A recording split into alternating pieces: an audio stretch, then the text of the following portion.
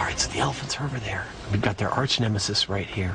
How are we going to get this mouse to those elephants? Slingshot. Okay, seriously. We need to improvise some kind of mouse delivery system, something that won't freak out the elephants. Well, where there are elephants, there's elephant dung. So maybe we get a ball of dung and we'll dig a hole and put the mouse in. And then we'll just yank it over. String. Yeah. You take your piece of elephant dung, and you take your mouse. This is a stand-in mouse. The real one will be later. Put him in the hole, cover him with the cardboard. Lay it out. You think elephants are going to come on by. And wait in the distance with your monofilament. When the elephant gets near, boop, you expose the mouse and all hell breaks loose. We've chosen this area because it's open enough that we can see what's going on. And we know there's some food over in that direction, and we're hoping that the elephants will come through here on their way to the food, and at the right moment, we'll roll over the ball of dung, release the mouse, and see what happens. Hey, Adam, are you done yet? I'm all set, ready to go.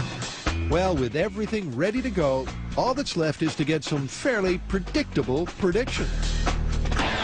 For me, I see this the same way I would see a person looking at a fly on the ground. It's going to be so small that you may not even notice it.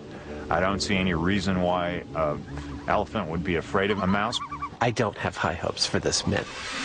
With the sensible money on the no reaction theory, it's go time. The elephants innocently approach the dung of doom in what must be the most easy to anticipate outcome in Mythbusters history. But then, as crazy as it seems, the elephant backs away. The Mythbusters, like me, are flabbergasted. What just happened is a classic Mythbusters scenario. We were all like, yeah, right, this little guy's gonna scare those big guys. And it did. I mean, our jaws just dropped because it was clear as day. The mouse came out, the elephant stopped in its tracks, like, whoa! And then it gently tiptoed away as if this thing was deadly. We all thought this was never going to happen, yet there it was. There it was, clear as day. But with a result as unbelievable as that, we can't call it yet. Next up, Adam, Jamie, a mouse, and an elephant play chicken. He definitely seemed to take notice of the mouse. The boys are going to retry test 1 to see if they still get this incredible result. All right, let's see what happens.